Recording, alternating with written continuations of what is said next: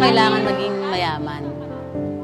Kailangan lang marami kang oras at may malaki kang puso para magawa mo yon.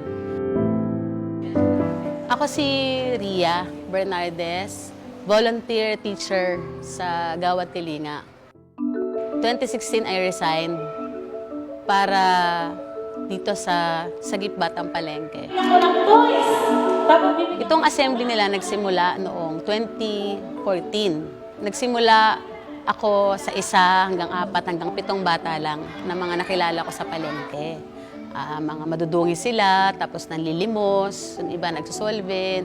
In-encourage ko sila na itry nilang maligo kung anong itsura nila pag naligo sila. Tapos yung mga kaibigan ko sa Singles for Christ na malapit sa palengke, niyaya ko sila na magpakain tayo ng mga bata, parang magpaligo tayo ng mga bata. In-encourage na namin silang mag-aral kasi puro pala sila mga out of school.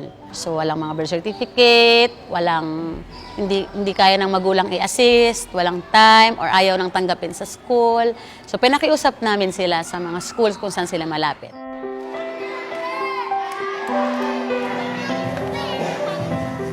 Gusto mo silang alisin sa palengke, gusto mo silang alisin sa pagsusolvent, sa pamamalimos, pero makikita mo na hindi sila nagbabago overnight. Meron pa rin hindi nagbabagong mga magulang, o hindi nakikiisa.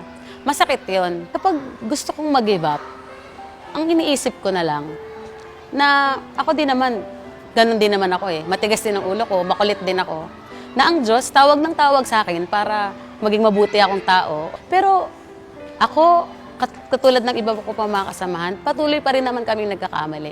Pero bakit ang Diyos patuloy kaming binibless? Bakit ang Diyos patuloy kaming pinagtitiwalaan? Bakit niya ini-entra sa amin itong mga batang to? So ako, hindi din ako dapat mag-give up sa mga batang to.